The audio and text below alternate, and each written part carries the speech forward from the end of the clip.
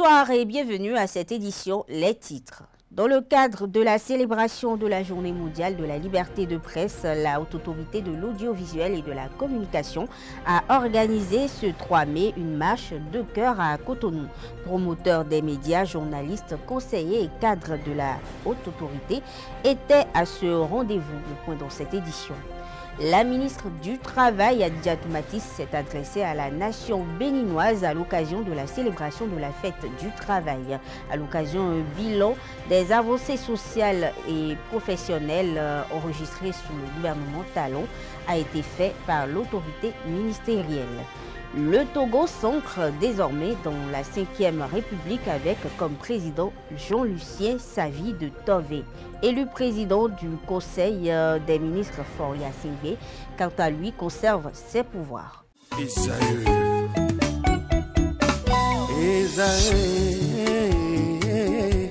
Vous recherchez une école de référence pour une double formation universitaire et professionnelle de qualité? Voici l'opportunité à ne pas rater. L'École supérieure d'administration, d'économie, de journalisme et des métiers de l'audiovisuel ESAE vous offre des programmes d'enseignement en licence et en master orientés vers l'emploi qui font d'elle une référence à travers les filières de l'administration générale et territoriale, l'administration du travail et de la sécurité sociale, droit, diplomatie et relations internationales, administration hospitalière, universitaire et intendance, journalisme et métiers de l'audiovisuel et toutes les filières des sciences de gestion. Une seule adresse, www.esae.bj. Rendez-vous dès maintenant sur nos campus ESAE Bedjromende au numéro 90 93 65 21 ou au numéro 98 98 14 00. Parakou sur le numéro 52 46 12 12. Aboumé-Calavi au numéro 52 88 44 44. Akpaka au numéro 52 88 33 33. ESAE, l'excellence a un nom.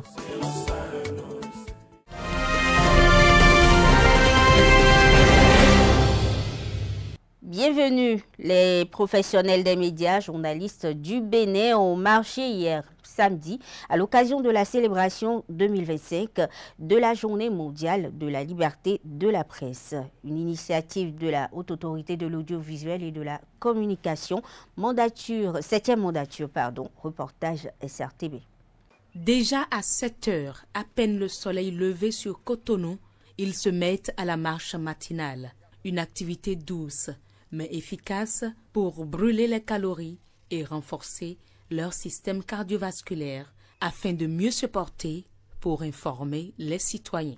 Il faut évidemment des professionnels en bonne santé et il faut également les maisons de presse en bonne santé, il faut les cadres de la HAC en bonne santé. Disons, en gros, il faut une HAC en bonne santé. C'est pourquoi cette initiative a été prise pour dire qu'on est solidaire et que nous sommes des partenaires et nous souhaiterions avoir quand même des partenaires en très bonne santé pour relever le défi de la régulation de proximité. Ça fait très longtemps que nous avons assisté à de telles organisations à l'occasion du 3 mai. Et je crois qu'il faut les remercier pour que cela se pérennise. Le 3 mai a été proclamé Journée mondiale de la liberté de la presse, une action de l'Assemblée générale des Nations unies en 1993 pour rappeler au gouvernement la nécessité de respecter leur engagement en faveur de la liberté de la presse. Au Bénin, au-delà de ces activités sportives, c'est une journée de réflexion sur les grands défis de la corporation. Mon souhait, personnellement, est que nous puissions parvenir à mettre en place des entreprises de presse économiquement viables dans lesquelles les acteurs des médias pourront travailler et vivre décemment de leur métier. Nous sommes sur ce chemin et par la grâce de Dieu, nous allons y parvenir. Les membres de la 7e mandature de l'institution de régulation des médias du Bénin entendent relever le défi d'une presse de qualité, mais surtout d'une presse libre avec des journalistes bien tonifiés. Parlons toujours de la HAC. Son président, Edouard Loko, a procédé le 30 avril dernier à une visite de travail dans les locaux de la SRTB. Il était accompagné pour l'occasion des membres de son cabinet, des conseillers et chargés de mission de quelques cadres de l'institution également. Voici le point de sa visite. Son arrivée à la SRTB est la toute première depuis sa prise de fonction à la tête de la RAC, de quoi susciter un réel plaisir sur les visages du comité d'accueil.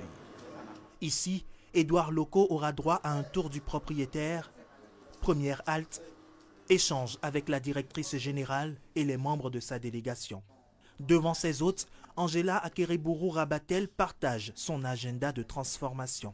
L'ambition de la directrice a été déclinée. Nous avons vu que le service public, en l'occurrence l'audiovisuel public, a de beaux jours devant lui. Ces beaux jours, la RAC s'engage à ne pas laisser la SRTB les atteindre toute seule. En témoigne toute la chaleur et l'empathie du président hôte lors de son passage dans les différents organes, à Radio Bénin et Radio Bénin Alafia, à la régie de Bénin TV, sans oublier le studio JT, où il trône en présentateur dans le nouveau décor. Le président à la tête de la RAC est conscient de ce que le développement du Bénin passe forcément par le développement de la presse nationale. C'est pourquoi le président a initié cette visite et nous entendons accompagner cette transformation de l'audiovisuel public. Le président l'a d'ailleurs dit, les difficultés soulevées seront portées au plus haut niveau, acquis de droit, pour quand même que l'audiovisuel soit au diapason de l'ambition des transformations qui s'opèrent dans le pays. La visite a pris fin par un tour sur le chantier de réfection du bâtiment de BB24. À la fin, Édouard Loko peut être appelé l'intrus qui en sait un peu mieux sur la maison SRTB. L'analyste, chroniqueur politique et promoteur du groupe de presse ESAE, Clément Adéouti Adéchian, était l'invité de l'émission Info Hebdo du week-end de ce week-end aux côtés de Fiacre Vidjeinou, politiste point focal à Cotonou de RSF. Au micro de ESAE TV, Fiacre Vidjeinou est revenu sur le classement de Reporters sans frontières de cette année au sujet de la presse béninoise. On le suit ensemble. Il y a plusieurs critères. Il y a l'environnement juridique, il y a les problèmes de formation qu'on a, il y a pas mal de critères qui rentrent en ligne de compte pour la notation RSF. Et pour abonder dans le même sens que Clément Adéchian, mon cher confrère, mon cher petit frère, pour abonder dans le même sens que lui, on a un réel problème aujourd'hui au Bénin. Lequel? Le problème de la formation de ceux qui se disent être journalistes, dans le premier temps. Devient journaliste qui veut, on se lève, on écrit sur les réseaux sociaux, on estime qu'on est journaliste et qu'on est leader d'opinion, et puis voilà, quoi. Et s'ensuit ce qui est bien dommageable, c'est-à-dire que il y a une loi qui existe et que les magistrats, eux, ils sont obligés d'appliquer d'une manière ou d'une autre. Et quand ils appliquent la loi, ça veut dire qu'il y a des leaders d'opinion qui se retrouvent en prison. Et puis, leaders d'opinion en prison, Reporters sans frontières, c'est notre rôle d'attirer l'attention des différentes personnes, des décideurs des différents pays sur la question que, oui, bon, il y a problème sur la liberté de presse. Mais au Bénin, le problème est très spécifique. On a un problème aussi d'éducation. Il faut pas se voiler la face. On a pas mal de personnes qui estiment. Je pense qu'on va l'aborder à un moment donné de cette émission. Il y a pas mal de jeunes aujourd'hui qui se lèvent, vont sur les réseaux sociaux, racontent n'importe quoi, sont capables d'insulter, d'injurier et de s'en sortir ou de ne pas s'en sortir et puis de dire après qu'ils sont persécutés parce qu'ils sont sur les réseaux sociaux. À côté de ça, il y a des gens qui se forment réellement au métier et dont ça devient le métier, mais qui ne font pas attention dans le traitement de l'information. Ils ne font pas attention dans le traitement? Dans le traitement de l'information, et qui tombent malheureusement sur le coup des lois. C'était l'occasion pour Clément Adéouti Adéchian de préciser le rôle de la Haute Autorité de l'audiovisuel et de la communication dans l'amélioration du cadre de l'exercice du métier de journaliste en République du Bénin. Alors, on s'est souvent trompé quand on parle de la Haute Autorité de l'audiovisuel et de la communication. On a toujours oublié très tôt que c'est un organe politique. c'est pas un organe des médias, ce n'est pas un organe qui est là pour apprendre aux journalistes à écrire, c'est un organe qui accompagne le pouvoir politique. Alors donc, quoi qu'on dise, quoi qu'on veuille faire, on verra toujours à cause d'un mauvais œil, ça va toujours être là pour taper du poing sur la table, pour réprimer beaucoup plus que pour exhorter. Mais avec l'avantage majeur aujourd'hui que avec le président Édouard Loko, entouré quand même de Michel Tianou, François Oudou, Basile Thibozo et tout ce gratin de la presse, il y aura beaucoup plus de la pédagogie, beaucoup plus de communication. La preuve, les formations se démultiplient. La semaine prochaine déjà, vous serez et à grand propos pour une formation de 3 jours, toujours pour savoir faire davantage notre métier en matière de vérification, le check-fracking que les gens ne connaissent pas aujourd'hui, comment s'y prendre pour vérifier jusqu'à la dernière possibilité près une information avant de la rendre publique. C'est ce qui nous manque et nous publions n'importe quoi. Je ne veux pas que les gens aillent en prison, comme Fiac l'a dit. Une journée en prison, c'est une vie de perdu. Vous revenez de la prison, vous n'êtes plus comme avant. Ça, il n'y a rien à faire. Mais qu'est-ce qu'on doit continuer par faire? Je crois qu'il faut voir le verre à moitié vide ou à moitié plein pour savoir comment s'y prendre pour marcher sur les œufs, discipliner, éduquer, exhorter, beaucoup plus que d'envoyer en prison. Je crois que je vais faire la même conclusion. Lorsque vous avez la loi sur le numérique, il est bien précisé que lorsque, dans l'exercice de votre profession, en tant que journaliste, vous avez publié par voie numérique et que vous pouvez justifier que vous êtes journaliste et il n'y a qu'un seul moyen de prouver qu'on est journaliste, c'est par la carte de presse. Alors, si ma publication, je peux le prouver devant le juge, et ça s'est déjà arrivé, que ce débat a été fait. Il a suivi un peu avec un jeune confrère qui a été envoyé en prison, qui a fait 6 mois, récemment, dans une affaire que tu connais, qui a posé, un de nos amis était concerné. Alors, il n'a pas pu justifier par sa carte de presse que sa publication par voie numérique. Oui, mais Clément, même s'il l'avait justifié par sa carte de presse. Alors, on lui appliquerait le code de l'information. Oui, c'est ça la différence. D'une manière ou d'une autre. C'est ça la différence. D'une manière ou d'une autre, le cas d'espèce. Oui.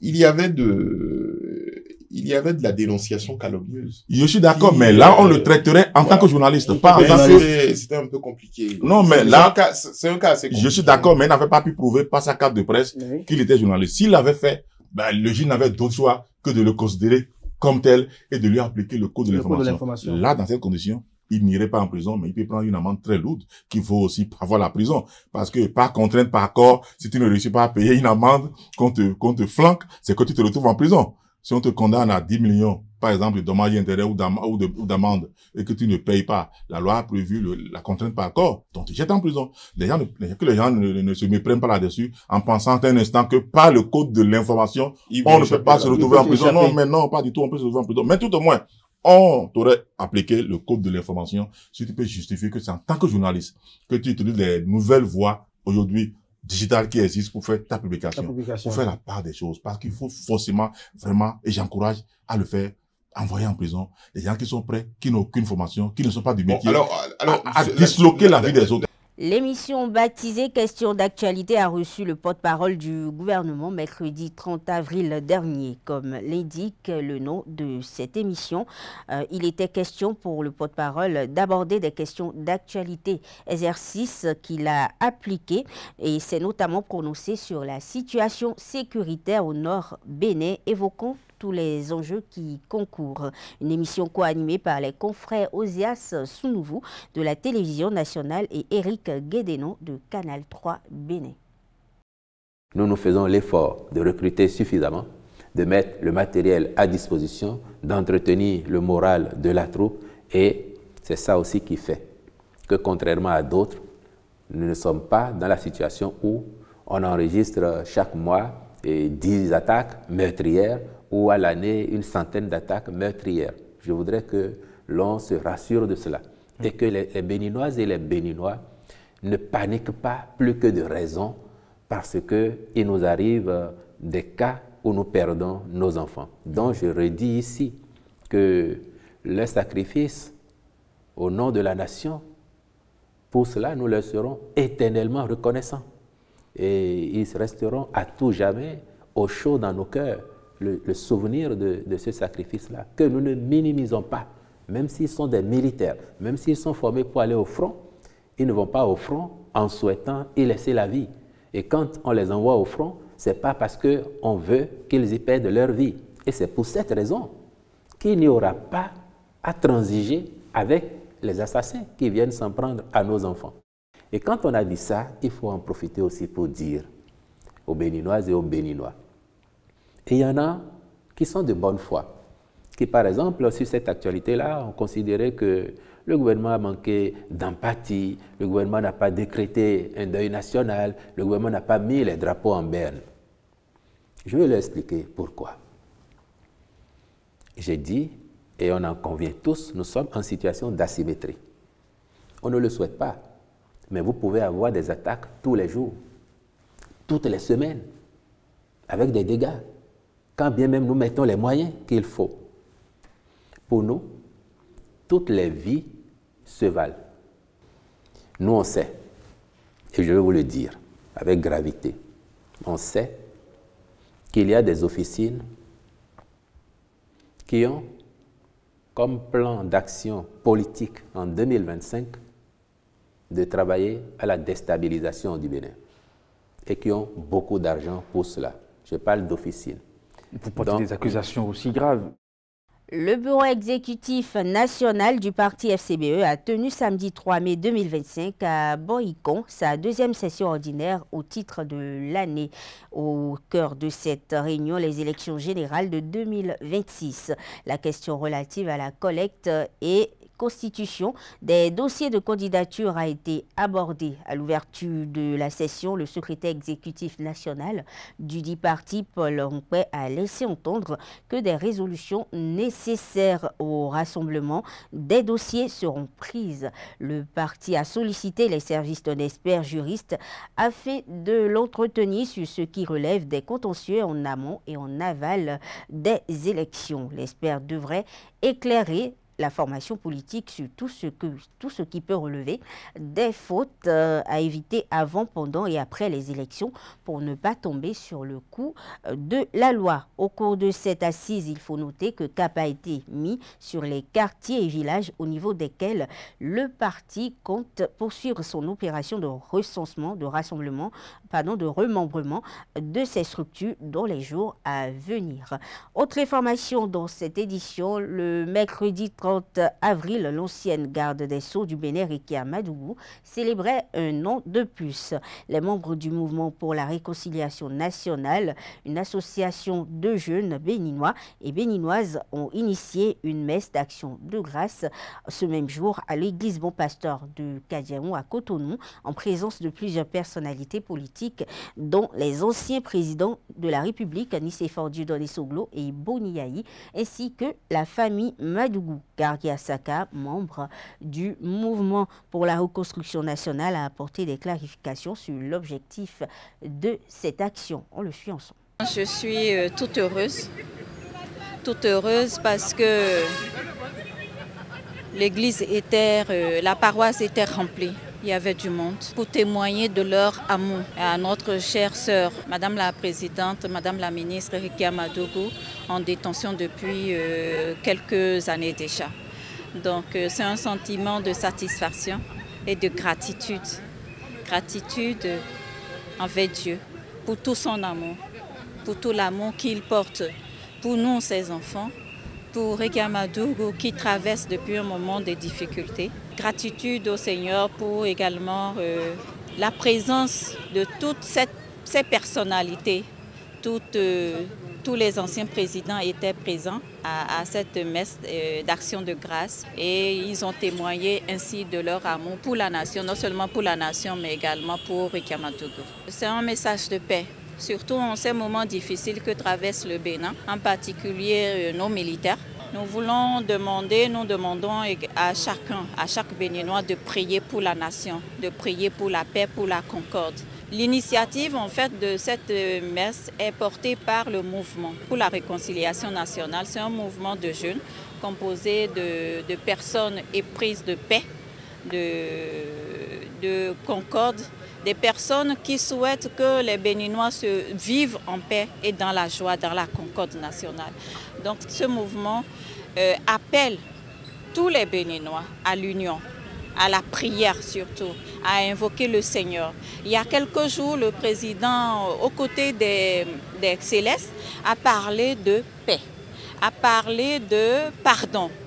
Donc, nous prions notre Seigneur qu'il continue d'inspirer notre président, qu'il continue d'inspirer le président Patrice Talon et pour que la paix règne dans notre pays, pour que la concorde et l'unité nationale soient en réalité la chose qu'on partage le mieux. Nous invitons également tous les Béninois à continuer dans ce sens-là parce que quand c'est le président qui en parle, on sait que ce n'est pas anodin.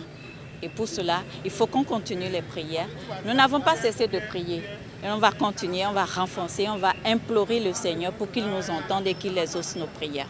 Depuis 2016, le gouvernement de Patrice Talon a mis en place le projet de modernisation de la gestion des déchets solides ménagers. Il s'agit du programme ambitieux qui vise à résoudre durablement la problématique de salubrité urbaine afin d'améliorer les conditions de santé publique. Lors de l'émission réédition de compte PAG 2021-2026, un entretien télévisé co-animé par les confrères William Tchoki de la télévision nationale et Éric Guédénon de Canal 3 Bénin, le ministre en charge du cadre de vie, des transports chargé du développement durable, a exposé le bilan des réformes engagées dans le secteur du cadre de vie suivant. José Didier Tonato pour plus de précision. Dès le 16 décembre 2016 que le programme de modernisation et de rénovation de la gestion des déchets était au cœur du lancement du programme d'action du gouvernement, donc c'est du PAG. Donc, on n'était pas uniquement parti sur les infrastructures, la voirie, l'assainissement, mais le gouvernement était déjà conscient que la question de la salubrité était une question essentielle et que ça participait vraiment de l'image de nos villes en général et donc de l'image du pays. Et qu'il fallait très tôt s'attaquer à ça, d'autant plus que vous l'avez dit vous-même, Cotonou, notre capitale économique, était dans un état d'insalubrité indescriptible.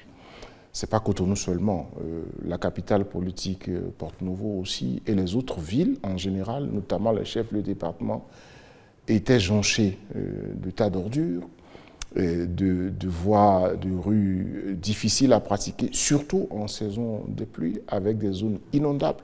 Et c'est pour ça que le projet de modernisation de la gestion des déchets a été lancé dans sa phase pilote sur le Grand Nokoué. Aujourd'hui, la phase pilote a fait ses effets. Nous sommes déjà à Parakou et l'extension du projet est en phase de programmation pour voir selon quel rythme nous allons atteindre les autres villes. C'est quoi le projet de modernisation de la gestion des déchets? C'est d'abord décider de l'opérateur qui va gérer cette question. On avait le choix entre la mise en gestion déléguée de ce service qui est un service public où l'État créait sa propre structure et après avoir examiné plusieurs scénarios, compte tenu du niveau de responsabilité que le gouvernement voulait, il a été décidé que la société de gestion des déchets de la salubrité soit créée pour que l'État ait une prise directe sur l'opérateur et oriente ses actions et soit également en mesure de superviser et de contrôler, voire même de sanctionner si les choses ne se passent pas bien. Donc, il y a eu un opérateur. Ensuite, il y a eu la mise en place d'une architecture de gestion des déchets, les points de regroupement, les centres de transfert, les centres d'enfouissement technique qui sont ce qu'on appelle généralement les décharges finales. Nous en avons deux, nous avons Wessé et nous avons Takon dans le Grand Nokoué. Et donc, après la construction de ces infrastructures, il y a eu l'acquisition de matériel roulant. C'est la première fois de mémoire qu'on voit sous nos cieux au Bénin et dans la sous-région une acquisition de matériel roulant lourd, ce qu'on appelle les baumes, bennes ordures ménagères, les camions ampli-roll qui soulèvent les bennes sur les lieux de dépôt des déchets, nous avons fait plus de 40 milliards d'investissements. Avec la construction aujourd'hui, sur 4 ans, ce secteur-là a bénéficié d'une centaine de milliards d'investissements de nos francs, avec la mobilisation d'une équipe, d'un ensemble de PME, PMI, qui proviennent de la transformation des ONG qui opéraient déjà dans le secteur des ordures ménagères. Donc on leur a demandé de transformer pour pouvoir opérer comme des PME. Et sur le Grand Loko, aujourd'hui, sur Parakou, c'est près d'une centaine de PME, PMI qui interviennent dans la gestion des déchets, dans la salubrité, dans le curage des caniveaux et globalement dans le transport aussi et dans la gestion des lieux d'enfouissement technique. Vous verrez que tous les soirs, toutes les nuits, à partir de 22 heures pour certaines zones, 23 heures pour d'autres, les gens sont déployés, ils travaillent jusqu'au petit matin et quand nous nous réveillons le matin, nos villes sont propres. Les travaux de la 3e session extraordinaire au titre de l'année 2025 du Conseil économique et social se sont ouverts le 29 avril dernier. Pendant 10 jours, les conseillers ont eu 10 jours pour étudier plus d'une dizaine de dossiers. Suivis les propos du président du CES, Conrad Gbagidi, à l'ouverture des 10 travaux. Propos recueillis par Zaï TV. C'est pour moi un privilège de m'adresser à vous ce matin pour vous souhaiter la bienvenue à l'occasion de l'ouverture de la 3e session extraordinaire du Conseil économique et social pour le compte de l'année 2025. Votre présence dans cette salle de plénière témoigne de l'intérêt que vous portez aux enjeux sociaux et économiques de notre pays. Je voudrais vous réitérer ma gratitude à vous tous qui vous engagez quotidiennement pour concrétiser notre ambition commune, celle de faire du Conseil économique et social une institution reconnue, une institution impactante, une institution d'action qui fait la fierté des Béninoises et des Béninois. Mesdames et messieurs, distingués collègues, après la précédente session consacrée pour l'essentiel à l'adoption du règlement intérieur et du règlement financier du Conseil économique et social, nous sommes à nouveau réunis dans le cadre de la poursuite de l'œuvre que nous avions si bien entamée, avec cet espoir qu'à l'heure du bilan, nous aurons le sentiment d'avoir satisfait l'obligation de résultat. Ainsi, au cours de cette session qui s'ouvre ce jour, mardi 29 avril 2025, près d'une dizaine de dossiers seront examinés. Il s'agit notamment de l'adoption du rapport de la tournée de lancement d'activité des conseils économiques départementaux. Nous nous pencherons également sur les préparatifs d'un atelier de team building pour un CES plus visible, plus impactant et plus performant, et nous mettrons en place les commissions permanentes de notre institution. Ces sujets relèvent, une fois encore, du rôle très crucial de notre institution républicaine, car il s'agira de relever les défis auxquels nos concitoyens sont quotidiennement confrontés. Chers collègues, honorables conseillers, vous constatez avec moi que pour une dizaine de jours prévus pour les travaux, notre agenda est bien chargé. Mais avec la dynamique imprimée à notre institution depuis le début de notre mandature et la discipline que nous nous sommes imposée, j'ai la ferme conviction que nous saurons, tous ensemble, relever le défi, car, le dit l'adage, là où il y a une volonté, se trouve un chemin. Et il vaut mieux marcher sans savoir où aller que rester assis sans rien faire. Je reste persuadé qu'au terme de cette session sortiront des résolutions pratiques et opérationnelles qui nous permettront de mieux adresser les défis qui se poseront au Bénin en général et au Conseil économique et social en particulier. Je vous invite à écrire, ou plutôt à réécrire résolument l'histoire du CES béninois, car, comme le dit un proverbe africain, tant que les lions n'auront pas leurs propres historiens, les histoires de chasse ne peuvent que chanter la gloire du chasseur. C'est sur ces mots que je déclare ouverts les travaux de la 3e session extraordinaire du Conseil économique et social pour le compte de l'année 2025.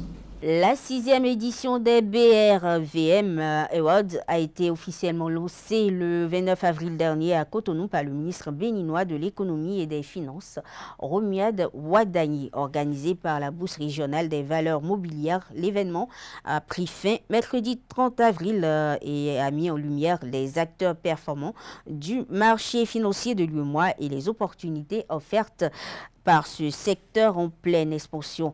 Plus de précision avec la SRTB. Coup de cloche retentissent à Cotonou depuis 2024. Un tournant historique est abordé. Ces derniers mois, le Bénin compte 2 entreprises publiques cotées en bourse avec un choix pour l'actionnariat populaire. Parfois, c'est mal compris. La question de la privatisation, on a l'impression que c'est une vente des actifs nationaux.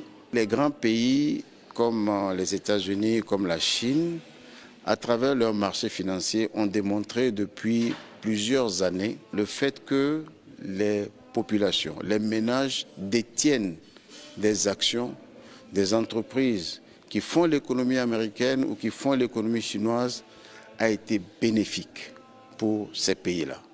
Et c'est ça que nous voulons au sein de l'UEMOA. Ici, à la 6e édition des BRVM Awards, les financiers et divers acteurs de l'écosystème boursier de la sous-région sont réunis pour des réflexions autour du thème « Cession des parts de l'État dans les entreprises publiques, instrument de promotion de l'actionnariat populaire et de financement de l'économie nationale ». Nous travaillons avec certaines SGI, nous travaillons avec l'État. Dans certains pays, nous payons les bourses. Omar Cissé présente ici les solutions de sa fintech panafricaine pour contribuer à faire de la bourse un véritable levier de développement. On le voit dans les différents pays, cet actionnariat public est en train de vraiment prendre de l'ampleur. Et de plus en plus, les populations ont confiance en ces différents outils. Nous pensons que le pas qu'il faudrait encore franchir, c'est la facilitation de l'expérience client, faire en sorte que l'accès à ces outils-là soit le plus simple possible. Et je pense que le digital est là aujourd'hui pour faciliter cela. L'enjeu est de taille, la danse. Si vous venez à Cotonou, vous faites cette cérémonie, moi je voudrais qu'à la fin qu'il y ait quelque chose que vous laissez sur la table. Alors, je vais vous faire 2 propositions. Première réflexion, pourquoi ne pas créer un club des CFO des entreprises publiques? Deuxième idée, c'est pourquoi ne pas travailler sur un livre blanc que vous donnerez à tous les ministres en charge des portefeuilles publics, au gouvernement, sur votre vision des éléments sur lesquels chaque gouvernement doit travailler pour que nos entreprises publiques soient en situation d'aller à la côte. Les travaux sont prévus pour durer 2 jours. Ils vont s'achever sur la distinction de ceux qui façonnent de manière durable le marché financier ouest-africain. Du 8 au 9 mai, le Bénin accueille l'édition 2025 du Forum des PME championnes d'Afrique. Un rendez-vous stratégique qui réunit les principaux acteurs décideurs du continent pour définir les nouvelles orientations à cet effet. Plus de précision à travers cet élément. Elles sont le cœur battant de l'économie nationale. Présentes dans tous les secteurs d'activité, les petites et moyennes entreprises ou PME représentent plus de 90% du tissu entrepreneurial en Afrique. Le cœur, le poumon de notre économie, c'est l'ensemble du tissu des PME qui sont le socle de la création de recherche, pas seulement en Afrique. Créatrices d'emplois, elles incarnent l'innovation et le dynamisme économique. Et pourtant, derrière ce potentiel se cachent de nombreuses difficultés. Pour inverser cette tendance, l'Africa SME Champions Forum s'est positionné. Toute idée derrière le Africa SME Champions Forum, c'est de créer un cadre d'abord de dialogue où les PME rencontrent les acteurs du développement, les acteurs du financement, pour exposer de manière plus directe leurs problématiques, pour qu'on trouve des solutions. Deuxièmement, c'est un espace qui permet aux PME de se rencontrer, pour développer des affaires ensemble, faire du business, croître ensemble, créer des emplois. Et puis troisièmement, c'est un espace où on leur donne ce qu'on appelle la capacité. 10 ans maintenant que cet espace est un catalyseur. À l'occasion, un pacte de soutien aux PME africaines pour la décennie 2025-2035 sera élaboré à Cotonou. L'idée aussi de ce pacte, c'est d'arriver à créer des systèmes de garantie et surtout mobiliser des ressources longues à des taux faibles qui peuvent être en plus après prêtées aux banques et aux PME à des taux relativement faibles. Donc le pacte a vocation à rassembler les acteurs de l'écosystème. Les PME ont un rôle extrêmement important à jouer dans nos économies. Il est important aussi que les pouvoirs publics en prennent conscience et travaillent à ce que le secteur privé soit véritablement privilégié, soit véritablement encouragé. Et donc nous devons prendre conscience de ces éléments-là et voir avec une vision stratégique comment nous pouvons mettre en place un dispositif qui doit accompagner nos PME en tenant compte des réalités de nos économies. Une synergie d'action prônée pour répondre aux problématiques de croissance des PME. Le rendez-vous est du 8 au 9 mai prochain à Cotonou. Les travailleurs du monde, notamment ceux du Bénin, sont célébrés depuis le 1er mai dernier à l'occasion de la Journée internationale des travailleurs, à la veille de la commémoration des actions dédiées au mieux-être du monde du travail au Bénin ont été évoquées par la ministre du Travail et de la Fonction publique, Adidiatou Matisse. Et on voici un extrait. La fête internationale du travail que nous commémorons donne l'opportunité d'évaluer les efforts consentis par le gouvernement du président Patrice Talon pour améliorer les performances socio-économiques et les conditions de travail et de vie de tous les travailleurs en matière de promotion de l'emploi décent et du renforcement de la justice sociale dans notre pays. Dans le domaine de l'emploi, le renforcement de la mise en œuvre des programmes d'insertion professionnelle et de formation technique adaptés aux besoins du marché pour favoriser l'employabilité des jeunes. À cet égard, il convient de noter que 10 247 demandeurs d'emploi ont été insérés dans l'emploi à travers le programme social d'insertion dans l'emploi PSIE à fin décembre 2024. La formation et l'insertion des jeunes âgés de 15 à 30 ans et plus en situation de sous-emploi ou d'inactivité, ayant un faible niveau d'éducation à raison de 21 353 dans les emplois salariés et 21 024 dans les emplois indépendants par le biais du programme Azoli. Nous avons aussi la préinsertion dans les établissements d'enseignement public de 34 105 aspirants au métier d'enseignant par le biais du programme spécial de préinsertion dans l'enseignement maternel, primaire, secondaire, technique et professionnel. 2. Dans le domaine de la fonction publique, le recrutement entre mai 2024 et avril 2025 de 775 agents de l'État au profit du ministère de la Justice et de la Législation, du ministère de l'Agriculture, de l'Élevage et de la Pêche, du ministère de l'Économie et des Finances et du ministère de la Santé. L'organisation en cours du recrutement de 1275 agents de l'État au profit du ministère de l'Économie et des Finances, du ministère de la Santé, du ministère de l'Enseignement supérieur et de la Recherche scientifique et du ministère des Affaires sociales et de la microfinance.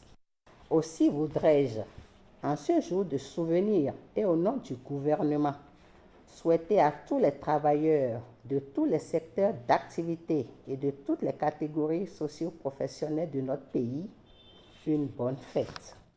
Restons dans le registre de la fête du travail, encore appelée fête des travailleurs. Elle est célébrée chaque 1er mai. Sa genèse vous est narrée dans cet élément signé ESAE TV. Le 1er mai, qui est une fête internationale du travail, qui est en fait une journée, lorsqu'on dit fête, les gens ne comprennent pas, Ce n'est pas une fête pour aller danser, pour aller manger et autres. C'est une journée qui a été acquise de haute lutte par les travailleurs qui luttaient pour les 8 heures de travail. Vous entendez parler des massacres de Chicago. Donc, des gens se battaient, on travaillait toute une journée, puis après, on leur paye ce qu'on veut. Donc, ils ont dû lutter. Et le patron, à un moment donné, a réprimé les luttes. Donc, lorsqu'on parle des massacres de Chicago, c'est les ouvriers qui ont été tués par la police sur demande donc de leur des patrons. Et c'est comme ça que cette lutte-là s'est généralisée. C'est allé en Europe, c'était aux États-Unis là-bas, allé en Europe. Et ça s'est généralisé. Finalement, les 8 heures de travail ont été conquises. Et au Bénin aussi, nous bénéficions des acquis, donc des luttes que les autres peuples ont menées. Dans le cadre de la 29e édition de la Journée africaine de prévention des risques professionnels, la Caisse nationale de sécurité sociale a sensibilisé les travailleurs et employeurs à l'occasion d'une assise tenue à Lokossa. Plus de précision à travers cet élément. La prévention des risques professionnels à l'épreuve de la transformation numérique et des mutations technologiques, opportunités, défis et stratégies d'adaptation. C'est le thème choisi cette année par l'Interafricaine de prévention des risques professionnels pour célébrer la 29e journée africaine de la prévention des risques professionnels. Ce thème focalise la réflexion sur la participation des acteurs et partenaires sociaux aux efforts consentis par le gouvernement en matière de santé et de sécurité au travail et contribuera à renforcer les performances des comités d'hygiène et de sécurité. C'est une journée qui vise donc à assurer la sécurité des travailleurs et à protéger leur santé physique et mentale. Les changements profonds induits par ces avancées technologiques nécessitent une adaptation continue de nos politiques de prévention et de la réglementation applicable. Par ailleurs, les dernières statistiques enregistrées indiquent une tendance à la hausse des accidents du travail et des maladies professionnelles. Ces accidents de travail et les maladies professionnelles freinent la productivité des entreprises et les exposent aux coûts liés aux arrêts de travail, aux soins médicaux et aux indemnisations. C'est pourquoi le gouvernement de son Excellence M. Patrice Talon œuvre pour une réduction significative des accidents du travail à travers une approche centrée sur la prévention avec le recours à la répression en cas de nécessité. La prévention des risques professionnels reste donc dans ce contexte un défi pour la Caisse nationale de sécurité sociale et ses partenaires. Les membres du Bureau national de la Chambre nationale d'agriculture du Bénin ont tenu leur première assemblée générale au titre de l'année 2025 cette semaine. Cette rencontre s'est déroulée à Dassazoumé, occasion pour eux de faire le point des actions menées en 2024. À cette première session ordinaire de l'Assemblée générale consulaire de la Chambre nationale d'agriculture du Bénin sont inscrits plusieurs points. L'examen et l'adoption du rapport annuel de gestion et les états financiers, le compte rendu d'exécution des activités menées au titre de l'année 2024 et les perspectives. L'année 2024 est une année exceptionnelle pour la Chambre d'agriculture depuis son existence. Nous avons pu vraiment atteindre des performances jamais réalisées.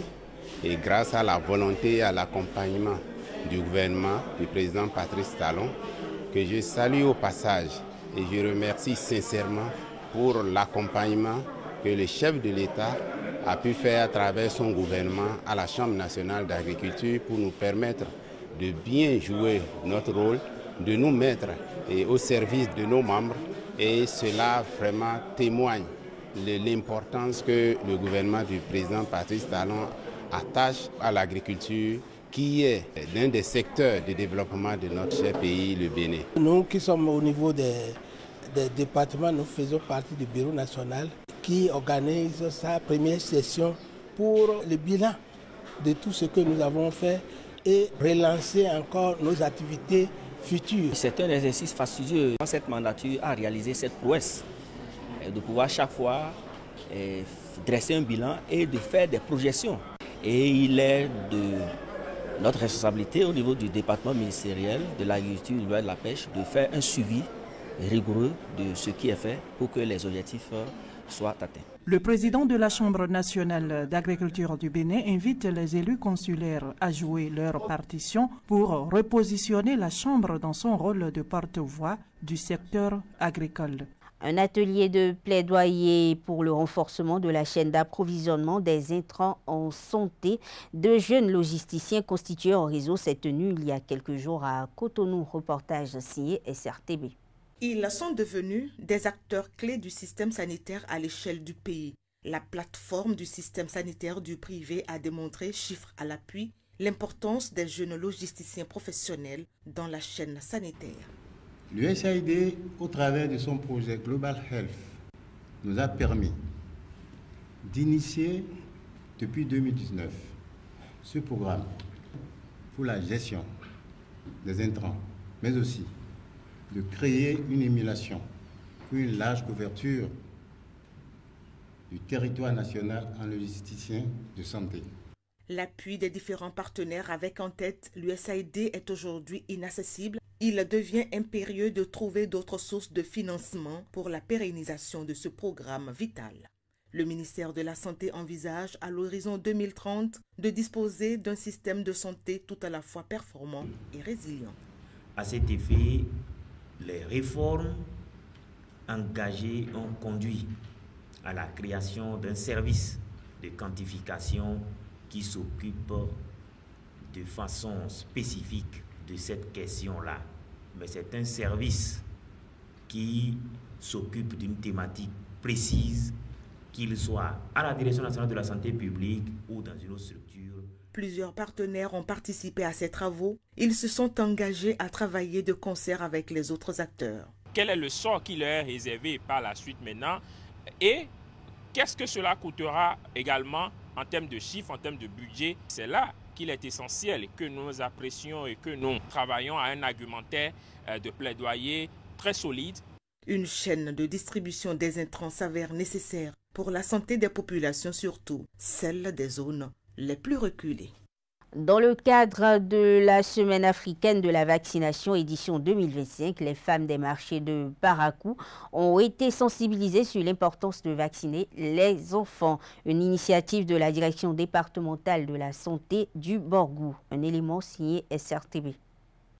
Des messages de sensibilisation sur l'importance de la vaccination des enfants de 0 à 59 mois sont adressés aux femmes des marchés de Parakou.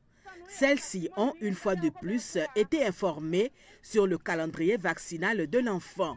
La vaccination ne s'arrête pas à 9 mois. La vaccination continue jusqu'à 18 mois. Et en plus, la vaccination se fait déjà à la salle d'accouchement. On fait la vaccination de l'hépatite B avant que la dame vienne maintenant au centre de santé et on complète avec le BCG et la polio 0 orale. À 12 mois, elle revient maintenant pour la vaccination du RR2. Toutes ces informations utiles contribuent à garantir une bonne santé aux enfants.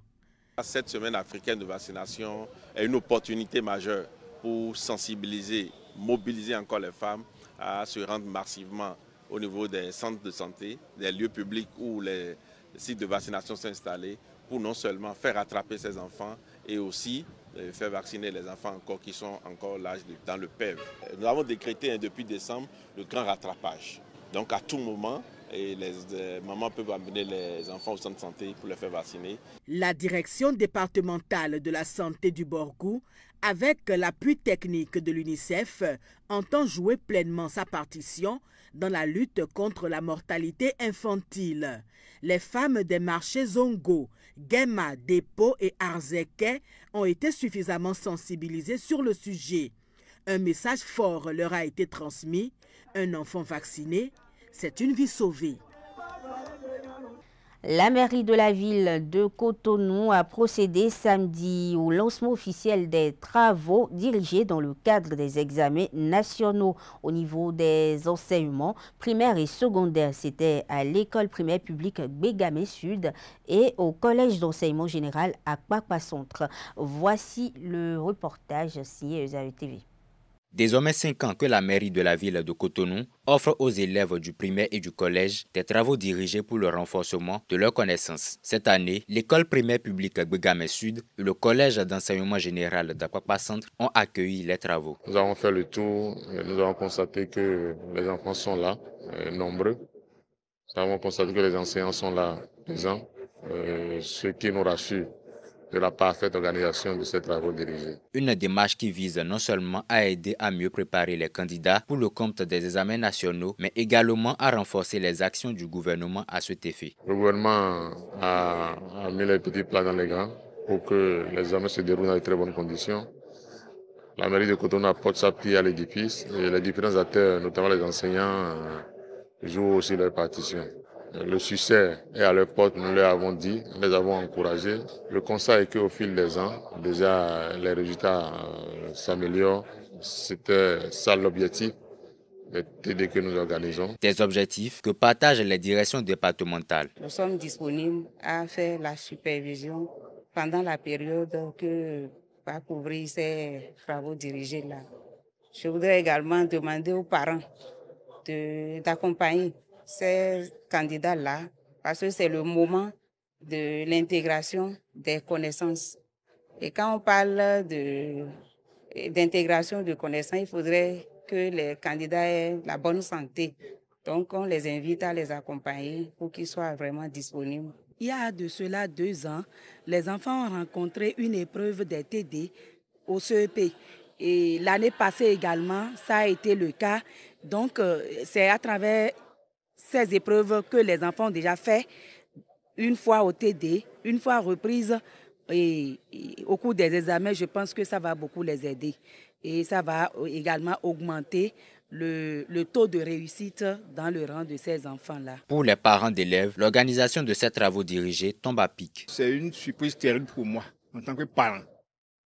Parce que depuis 5 ans, nous sommes en train de vivre cette révolution au niveau de la mairie de Cotonou. Et c'est grâce à un homme, Luc Tongi Atropo. Et je voudrais passer par votre canal là pour le remercier. Pour le remercier sincèrement au nom des parents et au nom de nos enfants qui sont les bénéficiaires de cette initiative-là très louable que nous apprécions tous. Et nous allons prier le Seigneur pour qu'il le garde aussi longtemps en bonne santé pour nos générations qui vont venir, parce que c'est la relève de demain. Et il a su bien comprendre, je dis bien, il a su bien comprendre que la relève, c'est ça. Occasion pour le maire de la commune de Cotonou de remercier les divers acteurs qui accompagnent cette initiative. Je voudrais remercier tous ceux qui nous ont aidés, tous ceux qui nous aident depuis 5 ans et qui cette année encore sont rendus disponibles pour que ces travaux dirigés s'organisent dans de très bonnes conditions. Je voudrais saluer les directrices départementales, saluer les responsables à divers niveaux, saluer les enseignants qui, les mercredis et les samedis, se rendent, comme je l'ai dit, disponibles pour que ces enfants puissent donner le meilleur d'eux-mêmes. Il faut le rappeler, il y a 1 an environ, le département du littoral enregistrait 66,34% d'admis au baccalauréat, soit un des meilleurs taux au plan national. Au terme des éliminatoires au Mondial U17 Maroc 2025, les Amazones du Bénin ont perdu face à l'équipe zambienne au terme de leur prouesse réalisée par les pouliches de Ida Azonsou. Lors du processus, le président de la République les a reçus en audience le 28 avril dernier au palais de la Marina à Cotonou. Voici le récit de la rédaction de Zaï TV à cet effet. Coach, est-ce que vous avez prévu pour les filles, par exemple, un camp de vacances? Non. Alors, il faut programmer ça.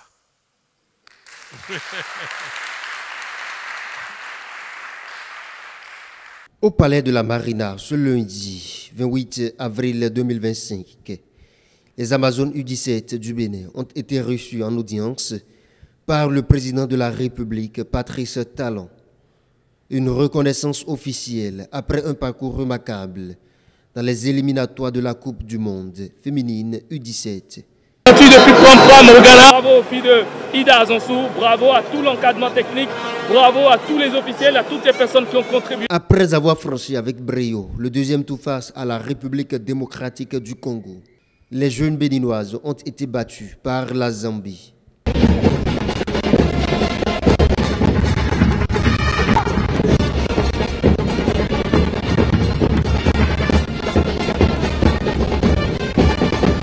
Malgré leur défaite face à la Zambie lors du match retour à Lomé, les Amazones ont conquis les cœurs par leur combativité et leur talent. Elles ont fait ces filles, elles ont commencé cette aventure depuis Pram au Ghana. Le président Patrice Talon a salué leur performance et les a encouragés à persévérer. Une promesse d'avenir pour le football féminin béninois. Ça donne de la fierté, de l'émotion. Moi j'ai les larmes aux yeux quand je vous vois jouer. Toutes les fois que je vous ai vu sur le terrain, j'avais les larmes aux yeux. Vous n'avez pas ramené, mais que vous avez obtenu dans nos cœurs. Vous savez, la vie en toute chose requiert du travail, du sérieux et de la continuité dans le travail et le sérieux. Et parfois, dans notre vie, les échecs sont utiles. Parce que quand on gagne aussi trop facilement, on n'est pas préparé à affronter la vie sur le long terme. Ceux qui ont toujours eu tout facilement ne sont pas bien aguerris pour les victoires les plus grandes, les plus honorables. La reconnaissance de la sélectionneur et des joueuses. Au nom de vous tous, je voudrais dire merci au président de la République qui, malgré notre élimination au dernier tour qualificatif de la Coupe du Monde U17 féminine, a voulu nous recevoir. Ceci est le signe de l'amour d'un père pour ses enfants malgré les échecs que ces dernières rencontrent dans leur vie. Je voudrais, au nom de mes camarades de l'équipe nationale U17 ici présente, vous dire merci pour tout ce que vous avez fait chaque jour pour le développement de cette discipline sportive que nous aimons si tant. En Côte d'Ivoire, le chef du principal parti d'opposition, Tidjane Thiam, a été radié de la liste par la justice qui a estimé qu'il a perdu sa nationalité ivoirienne. Cette décision ferme la porte à sa candidature dans le cadre de la présidentielle du 25 octobre. Une décision jugée politique selon ses partisans. Au micro de ZAE-TV, Joël Ataï-Guédegbe, expert en gouvernance, s'est prononcé sur les implications politique de cette radiation. On le suit ensemble. La première implication, c'est de raviver la tension préélectorale. C'est ce qu'on craignait le plus pour la Côte d'Ivoire. On croyait que les vieux démons avaient été exorcisés. Et il est étonnant qu'un vieux parti comme le PDCI se retrouve dans cette situation. On peut se demander également comment l'état-major du PDCI ou de M. Thiam a pu travailler sur sa candidature, sur tous les aspects. On découvre là quand même qu'il y a une fragilité qui n'a peut-être pas été assez bien soignée. On n'a pas senti une réelle communication politique pour anticiper sur ce qui vient d'arriver. Au mieux, avons-nous pu entendre M. Thiam en temps rassurer qu'il avait renoncé à sa nationalité française.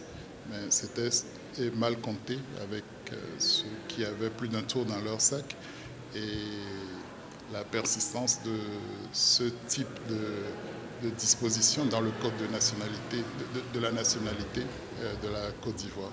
Est-ce que le PDCI va s'organiser un peu comme le PASTEF a su le faire pour suppléer au pied levé à l'invalidation de M. Thiam par M. Bignon. N'oublions pas que dans le cas du PASTEF, il y avait vraiment unité d'action, d'ambition pratiquement entre M. Sonko et M. Faye. Ici, il y a eu d'abord le temps de la rivalité entre M. Billon et M. Thiam, bien que M. Billon ait pu se retirer avant la convention. Il peut être effectivement une alternative spectaculaire. L'unité peut se refaire de manière inattendue entre les uns et les autres. Ce n'est pas parce qu'il s'est retiré que forcément les liens étaient redevenus des plus amicaux. Donc il va falloir au PDCI retrouver l'unité de pensée, d'action et démontrer qu'il est un dinosaure, qu'il est un parti au long cours avec lequel il faudra compter. Mais c'est bien trop tôt pour le prévoir, pour le dire. Actualité hors de nos frontières à présent, Jean-Lucien Savi de Tové est le nouveau président de la République et chef de l'État du Togo, proposé par le parti au pouvoir UNIR. Il a été élu ce samedi 3 mai par le Parlement, députés et sénateurs réunis en congrès, élu par tous les 150 sur 174 votants inscrits. Il remplace Sifor Yasingbe, devenu plus tôt en matinée président du Conseil des ministre. Cette fonction permet à Faure Yasingbe de continuer à jouir des attributs qu'il avait en tant que président de la République. Autre changement majeur, le pouvoir exécutif est détenu par le président du Conseil des ministres qui demeure aussi le chef suprême des armées. Au pouvoir depuis 2005, suite au décès de son père président Eyadema Yasingbe, Faure entame donc un nouveau mandat à la tête du Togo. Vainqueur de la présidentielle du 12 avril dernier avec un score écrasant, Brice Clotaire Oligui Nguema a prêté serment au stade d'Agondje en périphérie de Libreville ce samedi devant une quinzaine de dirigeants africains venus pour l'occasion.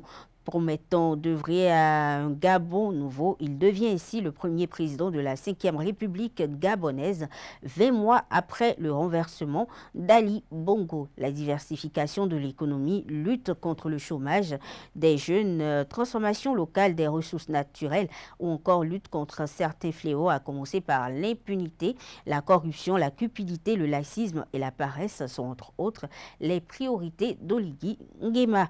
Il a enfin profité de la cérémonie qui s'est achevée par un défilé militaire et un salut de parachutistes pour détailler le calendrier de mise en place des nouvelles institutions de son pays. Les élections législatives et locales auront lieu les 27 septembre et 11 octobre prochains avant l'organisation des élections sénatoriales. Quant à la transition proprement dite, elle prend fin le 23 décembre prochain à la prestation de serment de la nouvelle Cour constitutionnelle. Il faut noter que 16 chefs d'État africains ont fait le déplacement pour assister à l'intronisation du nouveau président gabonais, dont le président sénégalais Bassirou Diomaye Faye, qui a été très applaudi. Autre information hors de nos frontières, le Premier ministre israélien Benjamin Netanyahou a promis ce dimanche 4 mai des représailles contre les Houthis du Yémen après le tir d'un missile qui a touché la zone de l'aéroport Ben Gourion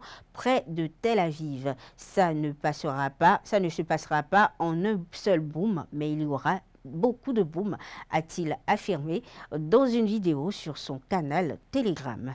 Sport à présent, lors de la 29e journée de la Ligue Pro de football 2024-2025, AS Takounais et Lotopopo FC se sont affrontés à Kandy et se sont séparés sur un score nul. Suivez les impressions de Ange Olivier, entraîneur de AS Takounais après le match, au micro de ZAE-TV Parakou. Oh, c'était un beau match. Les deux équipes se sont données à fond, elles ont joué. Mais comme une fois de plus encore, les arbitres se sont encore illustrés de fort belle manière. Et c'est dommage pour ce championnat parce que c'est récurrent maintenant. À chaque fois, il y a des erreurs d'arbitrage et c'est dommage, vraiment dommage. Ouais. Bon, pour l'instant, c'est de maintenir le club. C'est d'abord la première tâche à faire et ensuite on verra comment la suite va arriver. Voilà. Beaucoup de facteurs, un peu de malchance et surtout le travail des arbitres. Le travail des arbitres, je le dirai à chaque fois. Ça fait un mois que je suis dans ce club et je suis toujours victime de la même chose. Les arbitres sifflent contre nous à chaque fois. Vous avez suivi le match et c'est dommage. Mais bon, On a encore 5 matchs pour se maintenir. Jusqu'à la 90e minute de jeu, les Dragons détenaient la victoire avec un but inscrit sur pénalty. Lors du temps additionnel, Avranches Omnisport revient dans le jeu avec une plus belle composition à la 92e du jeu, redonnant le sourire aux amoureux du Cuiron. Les deux équipes se séparent sur le partage des points. On parle à présent du récapitulatif des résultats des matchs de la 29e journée du championnat Bénin Ligue Pro saison 2024-2025. Aziza FC contre Adidja FC, 0 but partout. AS Cotonou contre Requin FC, 2 buts à 1. Aïma FC qui affronte JSP, 0-1. Sitatunga FC contre Aspak FC, 0 but à 1. Dadja FC, Dynamo d'Aboumé, 2-0. Dynamique FC, Abeille FC, 0-0 partout. Takune FC contre Loto Popo FC, 1 but partout.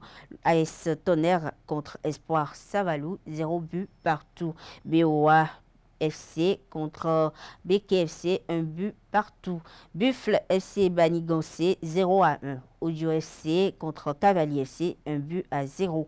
Panthère FC contre Damissa FC, 1 but à 1 but. Real Sport Dynamo P, 1 but à 3. AS Police contre USS Craqué, 1 but à 2. Avranches OMN Dragon FC, 1 but partout. Étoile filante contre Coton FC, 0 but à 3. Jack FC, Soubemap FC, 2 buts partout. Je vous invite à vous abonner à notre canal pour plus de détails. On parle d'autres informations sportives. Le 20e tour cycliste du Bénin a pris fin ce samedi 3 mai 2025 avec la dernière étape de Tofor à la place de l'Amazone à Cotonou au terme d'une course de 104,93 km. C'est Maria Zachary, Team 7-Eleven des Philippines qui a remporté cette étape. Mais c'est le Sud-Africain maillot jaune qui gagne ce 20e tour. En ce qui concerne les maillots et échappé, le maillot premier des Béninois est décerné à Saizonou Glorald du Bénin qui a également le maillot de la combativité ainsi que l'écharpe de la plus longue échappée. L'écharpe du fair play a été décernée au Béninois Sorou Rémi. Plus de précisions vous seront fournies dans nos prochaines éditions quant à cette 20e édition. Mesdames et messieurs, merci d'être restés à nos côtés. Bonne soirée à toutes et à tous. Bonne soirée et bon début de semaine. Bonne soirée.